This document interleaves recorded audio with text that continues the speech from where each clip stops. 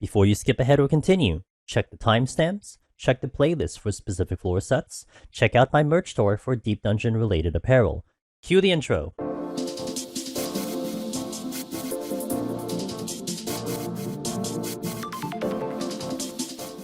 Hello, I'm Angelus Demonus with a Dawntrail live tutorial guide for Palace of the Dead solo on Pictomancer if your goal is to get the Necromancer title. This live tutorial guide will cover floors 151 to 160. Welcome to the pretty floors. I will provide aggro and sleep intel on the top of the screen for every pull. Unlike my movement in floors 141 to 150 cave floors where I was much more careful, you will notice my movement a lot more free starting on this floor set. A big thing to check on this floor set, aside from the enemy pulls, is the floor 160 boss. This can be one of the more difficult bosses up to this point due to its high damage and damage over time puddles.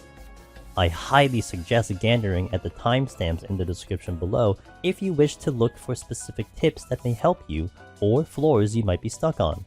If you are looking for the other floor sets, be sure to check the playlist on the upper right card or in the description below for the link. If you have any questions on anything that goes on with this run, things I may not have covered, or if you are confused on anything, be sure to leave them in the comments below and I will try to respond as soon as I can. No single question is silly, and every single experience is unique. Be sure to keep me posted on how your own runs are going. Good luck, have fun, and I hope this guide helps you.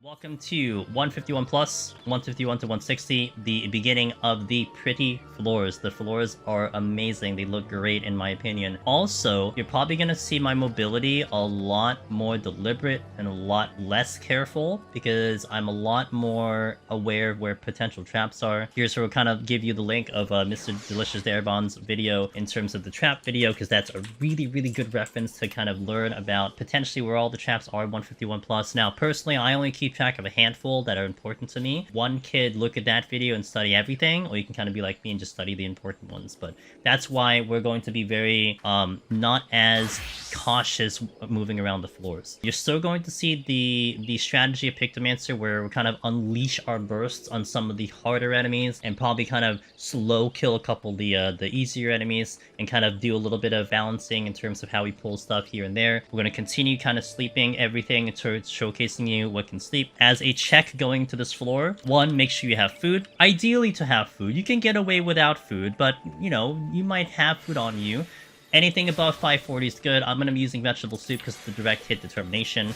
Double check your potion stock if it's kind of not there. We picked up, I believe, 2 potsherds on the previous set, so I have 2, but I'm good with 300 right now. And make sure that your addle and your sleep are on your hotbar, which is going to be some of the things that you may not be used to using on, you know, regular content, but you'll be able to use in this content. So those are the checks that you want to have. Also, suggestion, I'll save now, I'll save when we go in. If it's your first time here, you've never been up here before, use a raising, because you would really not want to die to stuff here, especially there are some spicy enemies that are going to show up later on, as opposed to the previous set where they're more earlier. Definitely consider a raising here if it's your first time. You're not going to see me raising until 171, just because I'm hopefully used to this content enough, but definitely consider raising starting at this floor if you haven't already, especially if it's your first time here.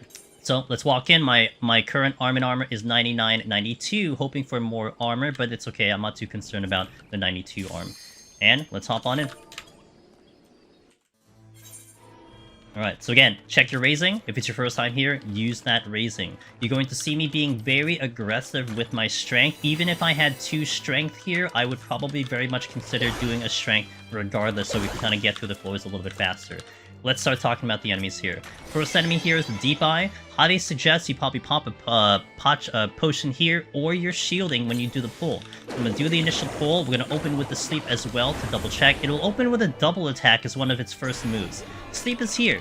Perfect, that is the sleepable enemy. I'm going to pop the shield. You're going to see the double attack come in. Boom, there it is. Optical intrusion. And it already broke my shield. So that's one enemy where it's going to be good to have the shield right at the start, because more than likely it's breaking it right away. Second enemy here, probably the most scarier one, is the pudding. It is proximity, and it is a caster. So what you're going to want to have happen here is it's going to come at you, and then it's going to park itself like that, and now it's just going to sit here and cast. This is going to be one of the enemies where you want to make sure that you have a pretty big burst for, which we blew it up. but don't fight this one if you don't have a burst, just because that cast damage can get a little tricky without the steal on. Next enemy we'll showcase here is the Shabti. I didn't actually go and sleep the pudding, so I'm gonna have to go check and sleep the pudding once more. Shabti here can be a little annoying because it has a very fast line AoE, and as a caster, if you're casting, that could get a little tricky if you're caught in middle of the casting. You may want to hold a little bit of a burst ready for this guy. Wait for that cast to come off. There's that cast. It's going to be pretty fast, so you got to make sure that you're ready for it. Checking to sleep. It does not sleep. We need a pudding, though. There's the cast there. It comes out pretty frequently, but also one of the easier enemies to go for. I have a burst ready for the pudding, so we're going to pull the pudding with the sleep. So checking the sleep here on the pudding. Open it here. Again, it's going to come at me first and interrupt me. This is also the bad part about this thing. See, if you stay up close, it's gonna do that move, so that's why we stay away. Now it's not gonna come at me. And this is a little bit of a caster issue, where if you just get hit hard enough by enemies, like that water that's coming in, that has the ability to interrupt you as a caster. Now, a lot of Pictomancer's casting is going to be instant because of the muse and all that stuff, but if you're in the middle of a motif casting, then that could get a little annoying, because it might cancel your motif.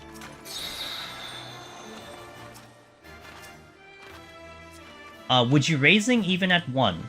Asks Purify. So, again, if you're up here for the first time and you've never really seen these floors before, or you're very unsure of it, I would rather keep the run going than not see anything further. So I would highly suggest you just raising anyway. But again, first time. If your experience is very low, consider it. You'd rather step into the next set or step further and further in than kind of die with the raising in the bank. Unless you have a good reaction time to pop the raising before imminent death, that's what I would recommend.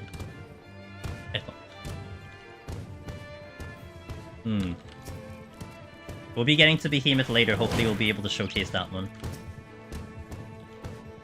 Okay, got the rage for the extra kills. Now, just because demonstration I can do this, you need 20 yalms to be able to successfully do what we call landmine plays. There's a couple jobs that can actually dash through a landmine and not take damage. Smudge, however, is 15 yalms. So when I do the smudge here, you'll see I take damage through the thing. Boom, we take damage. So in case anyone was curious about, oh, can Pictomancer do a dash through the landmine? Not consistently. I'm not gonna say it's impossible, because I've heard stories of like Reaper, who has egress, which is also 15 yalms, able to pull it off. But for me, I've never been able to pull it off. So just take that as you will. Okay, into the next floor. Now, I haven't mentioned this one as the beginning part of this set, which, you know, I don't wanna miss this one. This floor set does have the reputation of being inundating you with really bad debuffs and enchantments. So if you're coming through this floor and you're seeing double debuff, triple debuff constantly, it's literally a feature of the floor. It's like, it's literally coded in to have more than what you typically see on a regular floor. So just be careful there. If you're gonna end up kind of burning Serenities, it's not half as bad and kind of expected. Of course, you don't want to go to 0. You may have to try to, you know, fight through a lot of things to make sure, but kind of staying away from you. But just keep that in mind. May not happen in this run, who knows, but don't be surprised if on your runs you're seeing just a crazy amount of debuffs on this particular set. It doesn't happen until maybe, like, you know, you can argue 181 or 191, but here's where it really just... it's just a lot.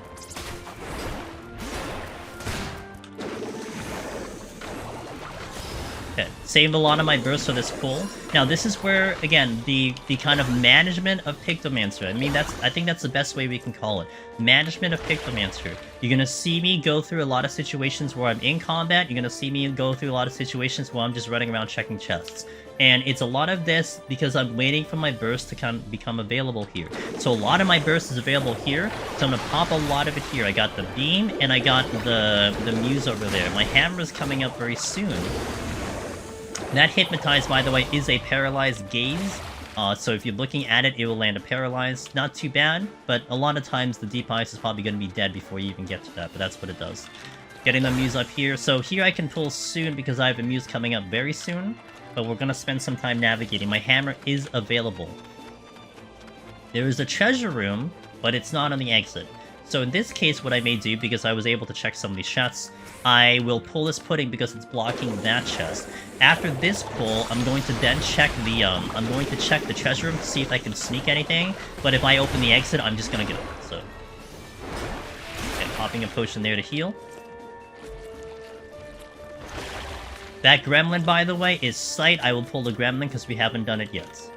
Safety, very good. That is a lot of proximity, but I can sneak. I can actually sneak here. So proximity for the pudding, everything else is sight. Gonna sneak around here. It is a mimic, love that for me. And I get the Deepeye, which I know I can sleep, so that's good. Gonna be ready here. Gonna sleep the Deepeye. I'm gonna actually come in here with the witching to prevent the pox. Now, I've been kind of not going over what happens when I get pox in, but as I get it, we'll definitely explain it. So here, my first solution to a mimic is doing a witching, because I'm gonna kind of assume that maybe I don't, like, get into bad situations where I have to, like, manage, like, multiple enemies and so on and so forth. So the witching is definitely a good play. I definitely value purities a little bit more than I do witching. So, that's why the witching was going to be first here. Gonna pop a potion so I can mitigate some damage coming in. Got a lot coming here. The Deepeye is gonna go here. Okay, I still want to pull that gremlin though. Alright, we're gonna pull the gremlin regardless. The gremlin, here, like, we opened with a shield on the Deepeye because it had a tank buster. This guy doesn't do that. You'll open with a vulnerability, followed up by a fire 2 a little bit later on, so you wouldn't want to open with a shield in here. You want to pull the gremlin, we're going to open with a sleep to check on the sleep. And it is not sleepable. Vulnerability is coming out right here. Can't really do much about it, but it's also not that important. I think it's a little bit more deadly if you're, like, fighting something else, and then you have that vulnerability on. That's where it can get a little spicy. Steel? Perfect. Gonna pop that steel here. Alright, going through the next floor.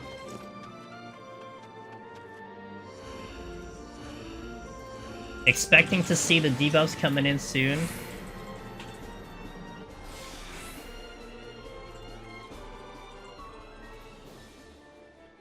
Huh, or we get a haste. I mean, it is enchantments, it's not necessarily debuffs, right? Lust. Okay, got that lust back. Good. Let's see what we got. Getting that up. Okay, first instance of the pot here and the patrol. Gonna get rid of the patrol to kind of make this a little less concerning. Have most of my bursts available. Again, watch out for his line AoE. This line AoE may have the potential to kill you if it crits. Not gonna want to test that out in front of you and, you know, in real time, but you definitely don't want to get hit with that. Especially on the caster defense, it could be a little spicy. Pulling the pudding here. Again, we're going to wait for it to come to me, and then I move away from it. So it comes to me, and now I move away from it. It won't chase me down. Now I can't do its little point-blank AoE attack. Gremlin is looking to the left, so that means it'll aggro. The Deepeye may aggro as I'm coming back around, which it almost does. That's okay, I can get behind it here. Right there, that is slight aggro. Affluence using it. Okay, Gremlin may move, which it just did, but I'm going to sneak behind the Deepeye once more, and we're good to move. 2 Shabti coming in. Patrols galore. Let's take care of this one. Because I don't know which way it's going. It's going to go that way. Again, watching for the quick cast of its line AoE. I definitely want to move it. It is, like, in a nice little kind of rhythm. So a little bit about 3 or 4 seconds after its first line AoE, you'll expect the next one. So you can kind of get a little bit of that predictable rhythm, so you know when to move. Definitely one of the enemies, too, that's going to be good to kind of wait for your cooldown to come back up if you're kind of waiting to fight something harder. Keep that in mind as well. Also, probably a good idea to kind of always stay in motion when you're casting regardless, and kind of going not so much forward and back, but more like left and right, so that that line AoE is a little bit hard to catch you. First instance of the Deep Palace Pot, it is a proximity enemy, giving it a little bit more priority in terms of a pull. Now with this one, it will open with an AoE 360 gaze, which gives you a blind and does moderate damage if it hits you. After the gaze, it then comes in with a double attack, double ray. If you have your shield up and you've left it alive long enough, it might be a good idea to time it after the gaze, your shield after the gaze. And since we don't have strength on, that may come into play here. Watching my AoE just because I might click Deepeye. So here's the mysterious light turning, and now I'm going to shield here. I'm leaving it alive on purpose to showcase that double ray. So this will be really good if you don't have steel on. Didn't break it with the steel, but if you don't have steel on, good timing for the shield. There's definitely going to be some interesting optimizations with the shielding, of using the shielding, especially on this job, so I'll try to point them out as we go along. Okay, so far nothing new at the moment. I'm going to be checking chests here as we go along. Ideally, I want to check as many as I can before we open the exit. This one I'm going to definitely go to because it is blocking me from entering that next room. So again, priority pull here. I don't want to deal with the Gremlin, because I can get away from the Gremlin no problem. This thing blocks me from accessing that room. Plus there's a bronze chest there, which looks like a bronze chest. Could be the exit as well. And we're still hunting down the potsherds, which we definitely have a lot of, but if you're kind of a little low on your sustaining potions, you want to be hunting down the bronze chest. Now, I don't need to pull anything there, because there's no exit there, and it looks like the exit's going to be on the east side, on the middle side of the room. So, here, picking and choosing our pulls as we go along. I'm going to pop the steel now. The reason is I don't want to come back here. So I'm going to pop the steel now. Alright, I'm going to come around this way. I probably have to take the Gremlin with me. Ooh, got lucky. I was kind of going to guess that he was going to move at some point. Maybe he moves in my direction, but in this case he moves away from my spot. Donut room hugging the wall here. And that is definitely going to be the exit.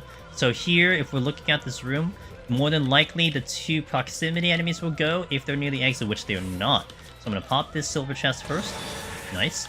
Pudding will go first because I feel like it has a chance of going to the exit, which it actually just did. Thank you for demonstrating and proving me right here.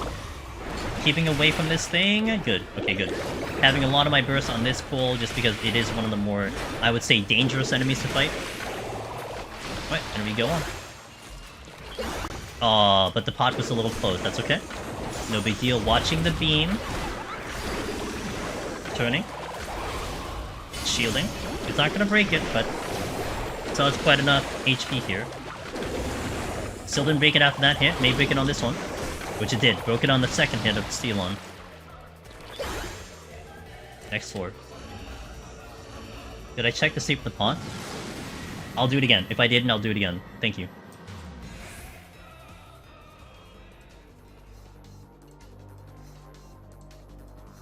Guys, I'm not joking. I swear this floor has a lot of debuffs. Promise.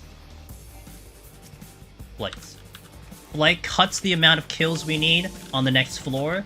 Consider it almost like a floor wipe. Very, very good palm. Something you want to use earlier than later. But we'll discuss that later on the run when we actually get a little aggressive on the flights. But that's what's going to be good for. Alright, chilling here for my HP to come back a little bit. 2 Marolith patrols. We'll talk about that when we actually pull one. But let's get the pot check on the sleep here. Gonna pop a potion there just so my HP is here. Opening sleep. Sleep check. It does not care for sleep. Not this one. Shield. Alright, that gargoyle, Abaia, is going to shoot out of combat, as you just saw right there. We'll pull it next. It is a sight aggro. Checking on sleep as well. If you happen to leave this alive long enough, it does get an attack boost. But it's about 30 seconds, if not a little bit higher than 30 seconds, so more than likely you're killing it faster than that. I also failed to get my motif up, so now I have to sacrifice a swift cast to make that happen. That's on me. I kind of pulled it right away. That's my problem. Gonna make sure my motifs are gonna come back up before I do my next pull. 2 patrols coming at me. I'm gonna pull the one that comes at me. This one. So this one is a patrol proximity. Now this one, unlike the pot, it will open with a double attack, then an AoE. So here's the double attack coming in right about here, and then it opens with an AoE. So you want to be careful, especially when you're mid-casting, to know that timing, and it'll be good to open with a shield in this case, as opposed to later with the pot where you delay it. Similar moveset because of that double attack. Now, it is a priority pull, but something like an HP down, or Gloom, or both, will make that a very kind of treacherous pull because it will do quite a lot of damage, and that double attack that he does could crit, if I remember correctly. Turning. Holding the shield here. Alright. Checking just. We got +3 so far on this floor set. I believe we started at 92 and we're at 95. Okay, pulling this priority because again it is proximity. Gonna pop a shield after the second GCD here. Might take an auto. Then I'm gonna take a double attack.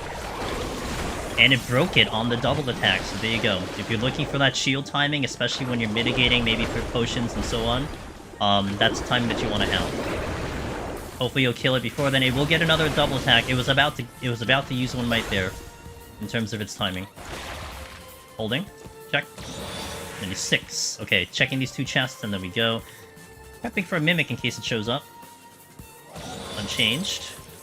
Sights. Okay, popping the sights. That is a landmine. Alright. Not gonna use it. The Gremlin isn't close enough, so we'll just do this normally.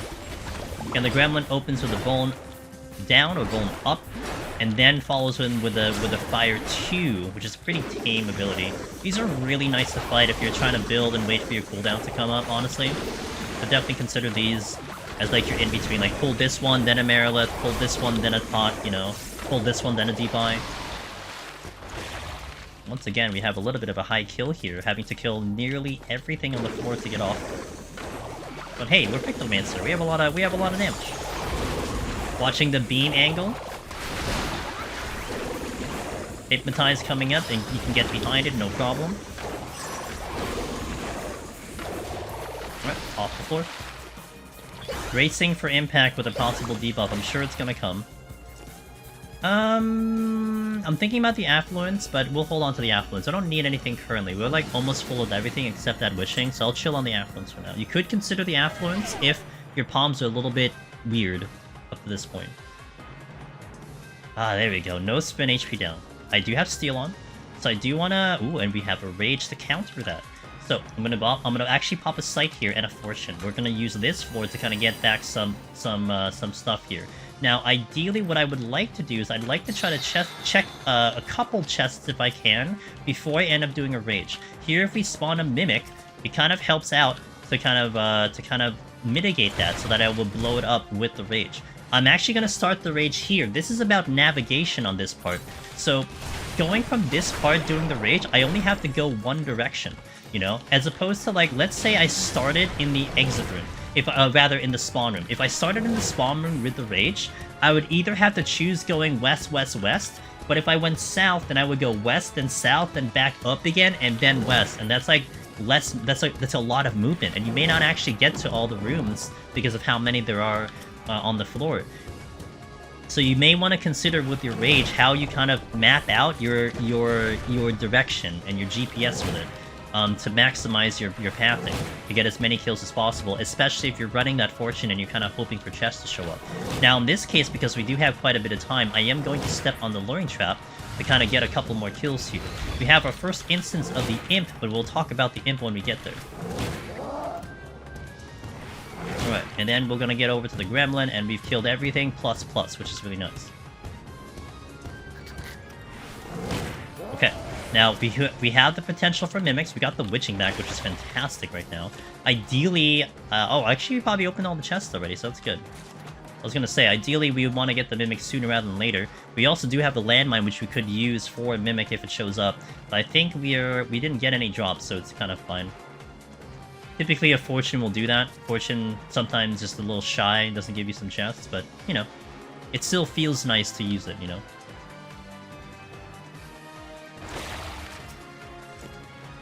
Alright, picking up this Rage, even though I have to run all the way over here, it's fine. Now, we're gonna try to do this every 5th floor. A lot of people will have different types of checks in terms of their time management. How am I doing on time? Where am I at? Etc.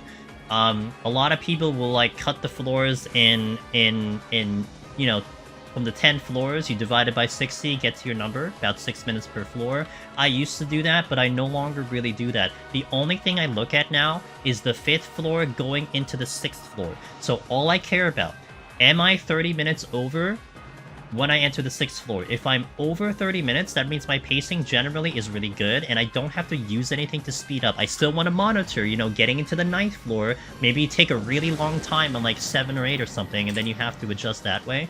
But this kind of gives me at least a little bit of knowledge that as long as I kind of keep at the pace I'm going, we should be perfectly fine in the balls.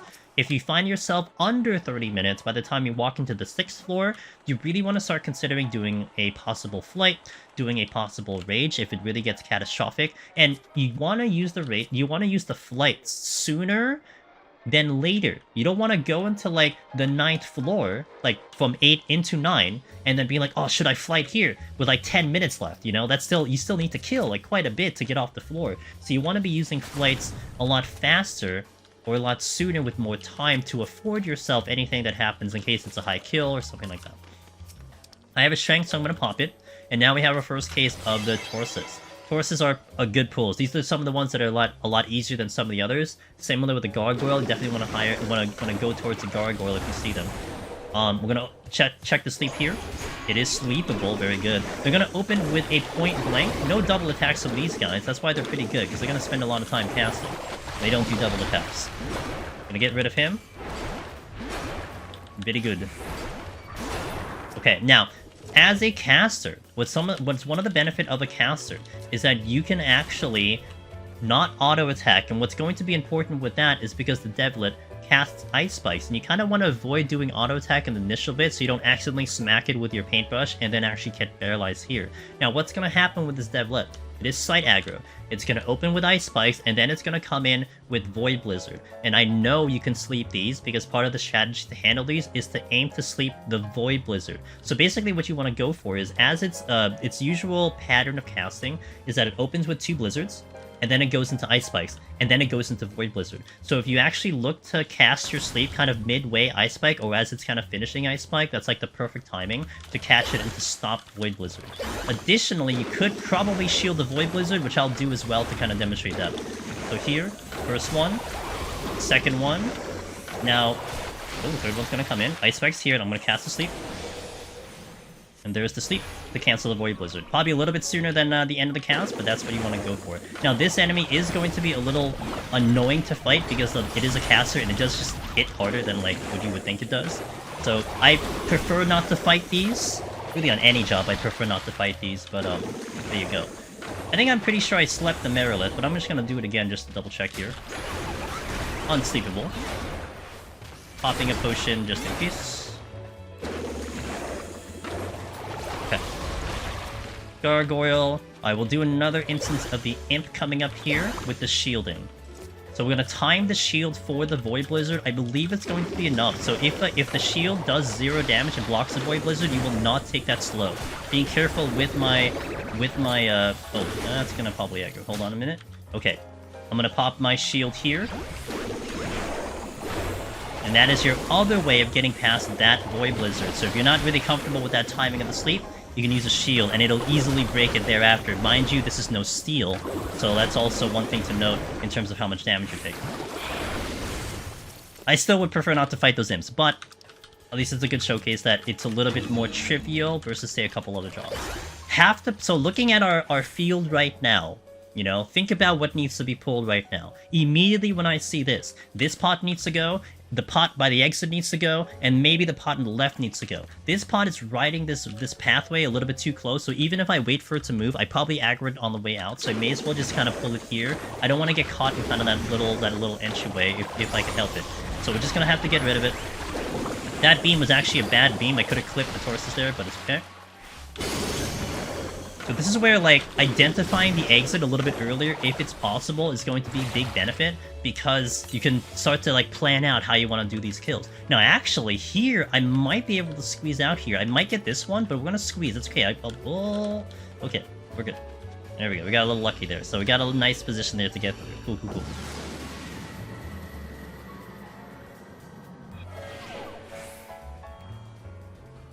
It makes a lot of sense, since there's a fair amount of variability between floors. I think you're referencing using the flight earlier. Kill counts, palms, enchantments, and a lot of can affect how long any given floor is. So an average across 5 floors is more useful than did I clear the first 2 and 12. Yep.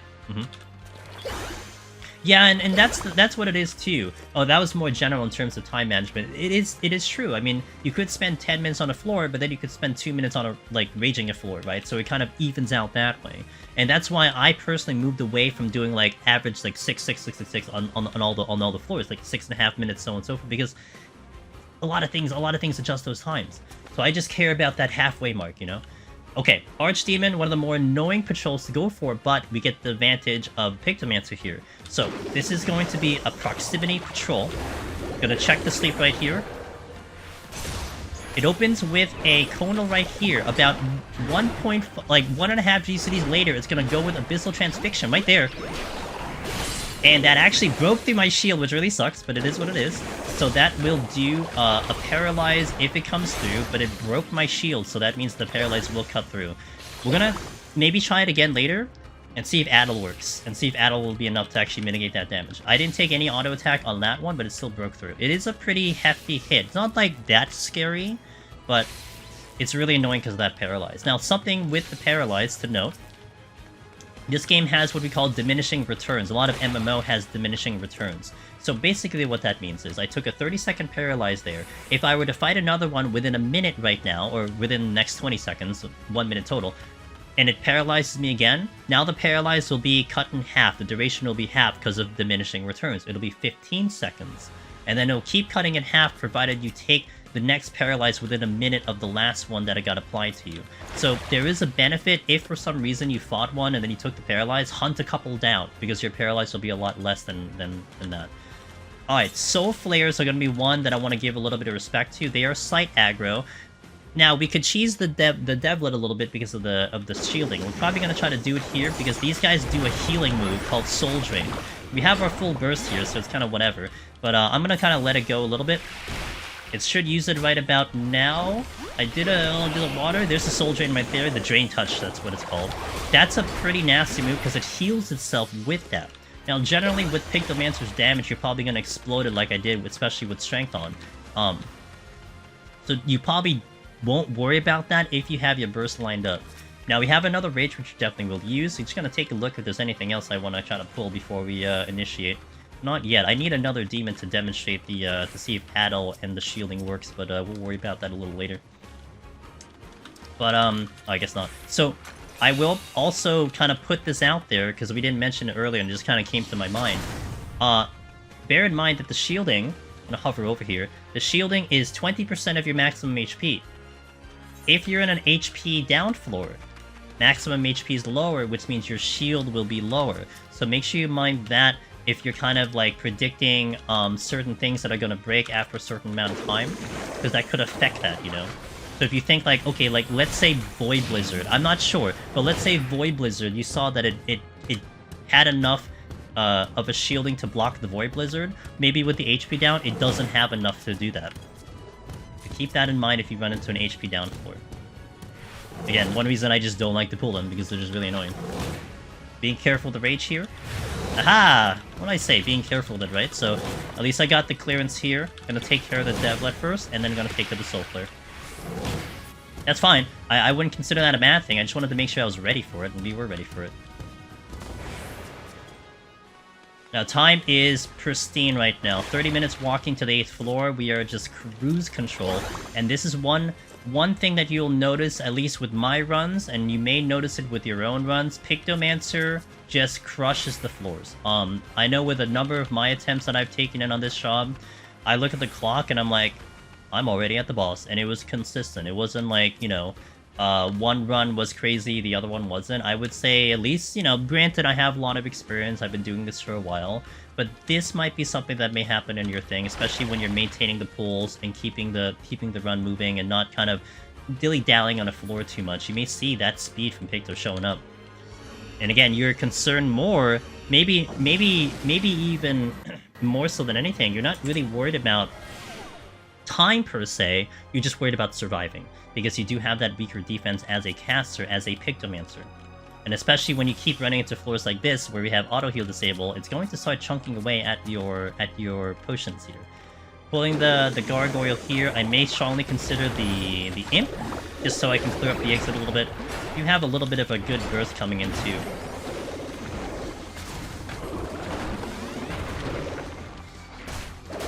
I cancel my own cast. Checking if there's a patrol coming. There's not a patrol coming. I will want to kill this one, which will then open up the door for me to get the chest here. Now I'm gonna go with a sleep tech here. Ice Spike here. I'm actually a little slow, so I'm gonna do a Swift Sleep here. So that's where the shielding can be a nice backup, in case in that case, like, I was kind of waiting for the cast and actually did it a little sooner than I was predicting. But, it's okay. We backed up into a Swift Sleep there. Lust. Okie dokie. As promised, I will try to do this once per floor. We have something we call Sleep Tech. Sleep Tech is definitely special to casters and healers, where you can sleep something, and if you go far enough away from it, you can actually de-aggro it, and it's really, really nice. So we'll definitely showcase that with one of the enemies here before we head on out. Oh, that's a treasure room, nice. Archdemon. Hold on, let me get my motifs up. Here we're definitely gonna be able to block the Abyssal Transfixion because we have Steel on, or it's just gonna die before it gets to that point. I did leave it alive long enough last time, I believe. So here I'm gonna want to shield now. Abyssal Transfixion comes in, and it is successfully blocked, and we don't take that paralyzed, so there's another instance where shield blocking it prevents the paralyzed from coming in. I'm gonna pull the Soulflayer here. I do have Steel on. Reason here is just because I could check these two chests, and it's just blocking me from checking two chests. Ideally, when you fight the Soulflayer, you do want to be point blank, because what will happen here is that it'll do a point blank AoE Mind Blast followed by its Drain Touch. If you kind of kite it around, it will get the Drain Touch before Mind Blast. It has to be up close to the Mind Blast. So at least buys you a little extra time to, like, not see Mind Blast. Flight, which is perfect.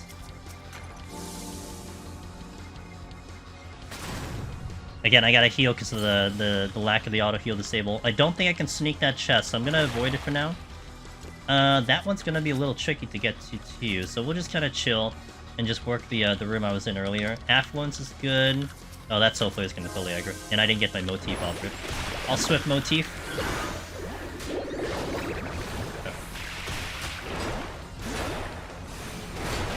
There's the Mind Blast first, followed by the Soul Drain. I'm going to block it. No Drain Touch for you. Okay. Now here, I'm going to try to sneak around to get this bronze chest. I should be clear from any aggro. Most of these are sight outside of that Archdemon. And it looks like I can get across this room again, which is really good. So I'm going to get my motifs up, smudge across.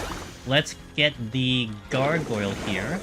Watching my beam. Again, we're going to watch the beam because of the angle. I don't want to click something unintentionally.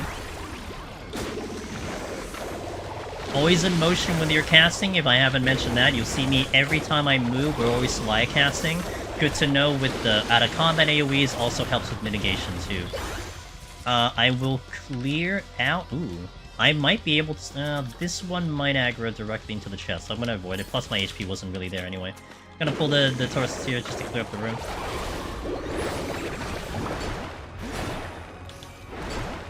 Point blank AoE, again, this is a really good pull. He only does single attacks, even if he gets to me.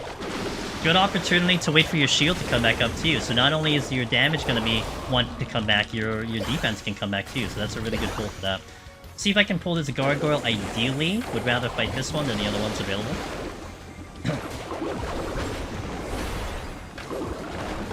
Again, watching my beam because it'll be coming up here.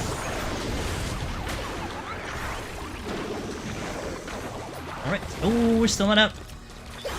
That is a very colored key right there. Let's go with the Archdemon because I have Steel on. I actually could get that sting, maybe. Again, gonna time my shielding after an auto attack here. Right here.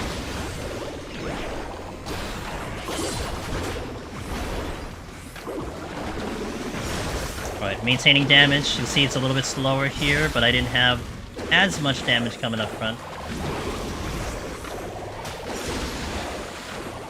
Alrighty, finally off this floor. Now let's demonstrate Sleep Tech here. I'm gonna pull this one right here. I'm gonna open with a sprint. So I'm gonna open with a sprint, gonna pull the imp here, gonna get it a little bit closer to me. Gonna sleep here, gonna focus target, so watch. We're gonna get 2 rooms away. And I know, because I was able to get all the way over to here. So it slept in that northeast room over there.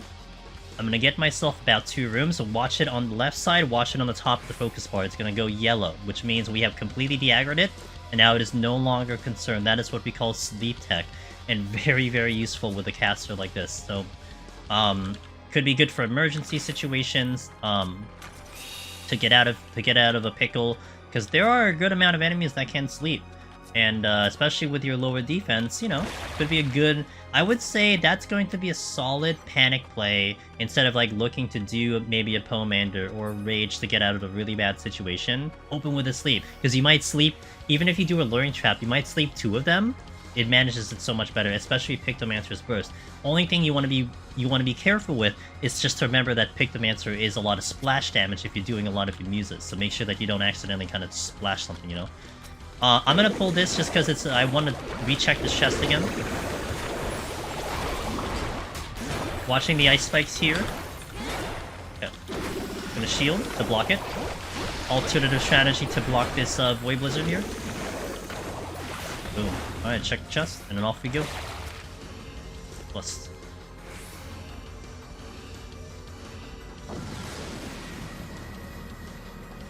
Ooh, we'll definitely try to talk more about that when we get there as earlier, but in terms of like even generalizing a Treasure Room and Gloom, I mean, one thing to consider is doing, oh look, a Treasure Room, and we had triple auto heal disable, so those debuffs, they come in.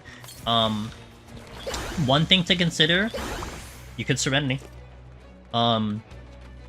Option also is to steal and just pull them out one at a time, just to thin them out.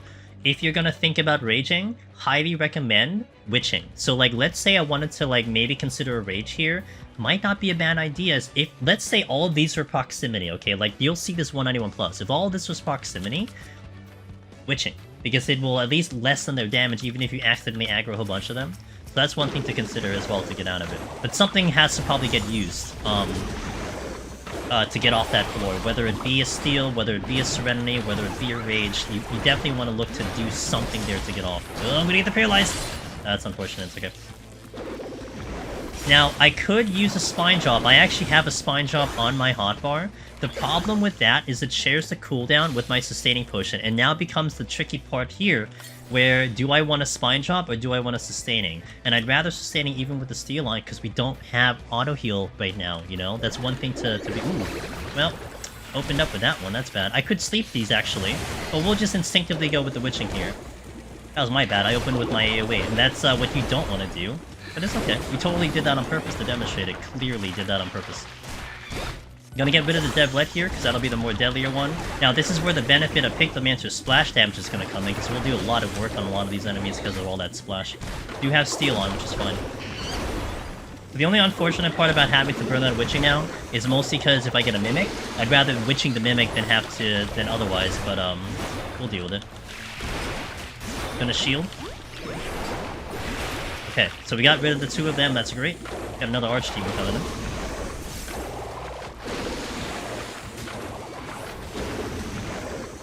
Where are you witching from?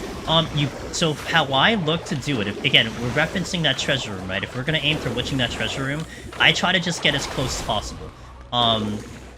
Because the closer you are, the more enemies you hit with the witching. So you just want to get as close as you can without drawing an aggro. So I would say in this particular room, I probably would get to that middle step. You see like the snow? Okay, let me use the Archdemon as an example here. Right about now is where I would probably look to witching. And maybe if I can get closer, I would say that part is probably still safe away from like this little landing here. This is probably still like right here might be safe if it's a whole bunch of Sasquatches, etc. But as close as you can. Now, also, it's not a terrible thing to like aggro one of them than witching. You know what I mean? As long as they're not in freaking doing the right banana. Okay, so here we have a predicament. Taking my first mimic here and our really first instance of a pox here. I have a rule of thumb with pox because we have no other way of stopping this, right? We're not fortunate to have an interrupt, so we have to eat this pox. I have a rule of thumb that I use for my purities, and this is my strategy that I go with. Usually, if I have 3 purity, after I kill this enemy, I will typically chest at least one more chest, and then pop the purity to get rid of the pox. That's usually what I go for. If I have 2 purity, so imagine I have 2 purity, not 3. I will not use the purity, and I will save the purity for 2 specific instances. One is if I'm about to transform and do a rage, because I want to have healing when I'm in the rage, otherwise I don't get my HP back up, and rage gets progressively more difficult if I take any hits. 2, I'd want to have it for the boss, because the boss is going to be really annoying if you have pox on, It affects your damage, it affects your kill time, although to be fair, Pictomancer is I think in a little bit of a unique situation because it has a lot of damage. And in this instance, I may actually leave the Pox on, just to kind of showcase that, as we do the boss, so we'll see. But, that's where I would leave the other two, usage of my purities. Now in this instance, since the enemy's a little bit easier, like this is actually completely going against everything I just said, right? Oh, transformation, you're gonna purity, right? But what's changing my answer here is we're getting into the boss, you know? So I still have chests to check as well. So there's a possibility I'm seeing more mimics. So because I'm getting into the boss, I kind of want to manage it for now, leave it on for now, and then we'll figure it out later. If this was like floor 52, the second floor, I probably would purity first and then just deal with it later. But because we're getting into the boss, it kind of changes my thought process here a little bit, and the enemies are a little bit easier, plus I have steel on. So it is a little bit of a adjustable strategy. So that's usually my game plan. If I have the third one, I'll just use it. If I'm sitting on 2, I'll save it for specific situations and just ride the Pox. If you don't know transformation, you can open chests. I got a posture there, but I cannot open golds and silvers. I can only open bronze chests. Now, another way to logic what I just mentioned about the Pox, this is kind of where I consider it. If you're destined to deal with Pox for a long time because you have no way of stopping it, I mean, you only have so many purities and you have so many witchings. If you're destined to sit with like a 20-minute Pox to 30-minute Pox, you basically want to pick the least annoying time of the run when Pox is on, you know? And when you kind of drop down the list of like what are the bad times and what are the good times? What are the bad times? On the boss? Transformation. Everything else you can't control. Like right now, like let's say we're still going through the floors. I mean, it's whatever. I have damage down. I'm not regenning.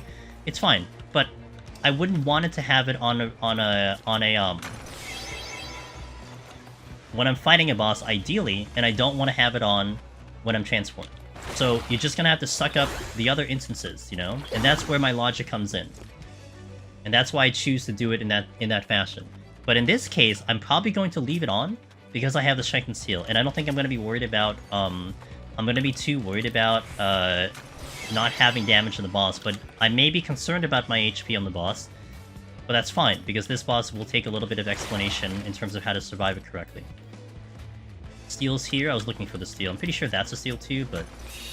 Or is it? Wait, no, something was the rage. Because I raged, so this must have been the rage, and there's something in the exit too. We kind of went net positive on the potsherds, so I'm kind of okay with using more potions here. Not too worried about that one.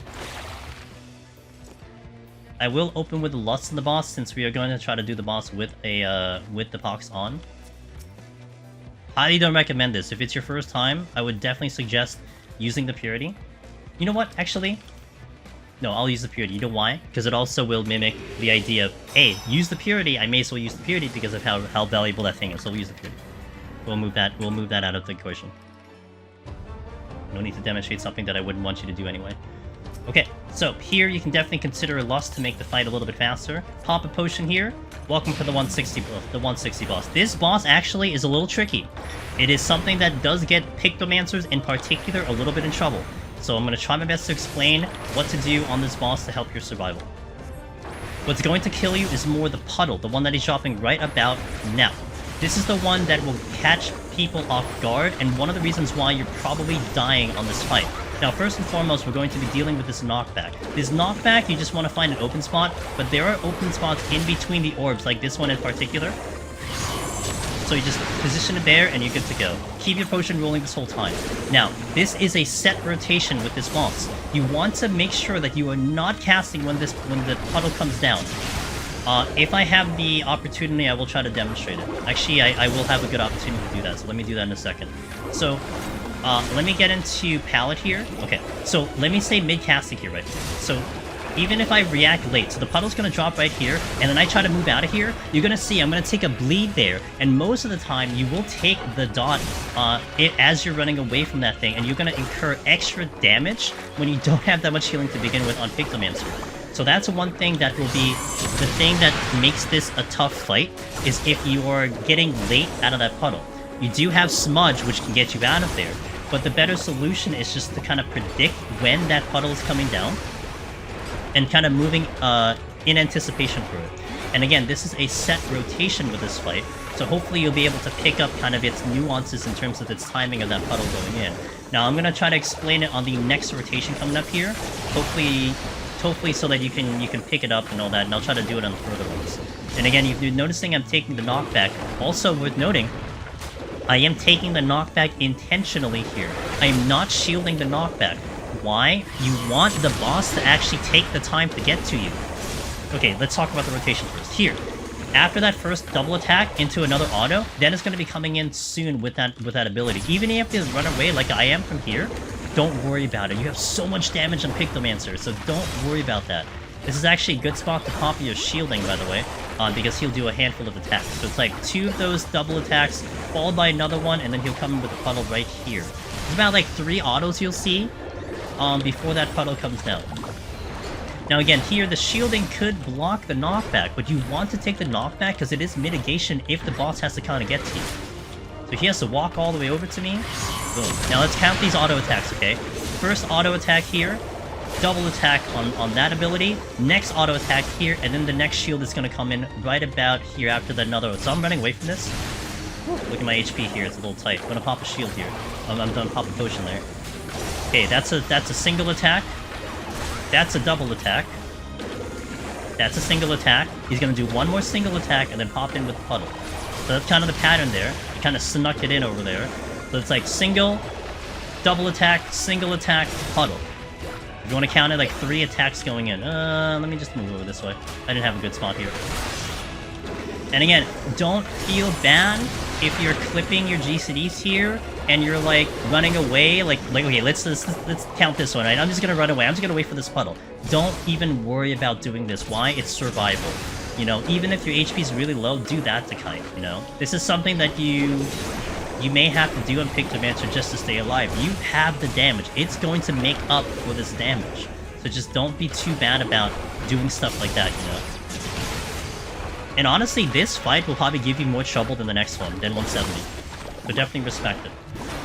I'm kind of putting myself in not the greatest position, so I'm going to have to take the dash here, but this is a good example. If we were to, like, block the knockback with a short cast or with our shielding, we will take that extra damage because he's right on top of us instead of having to chase us.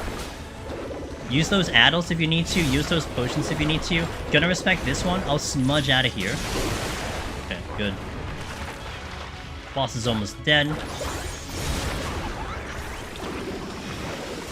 I'm using the casting of the puddle, like right after he uses the puddle to kind of get my motifs in. Respecting this one coming up here.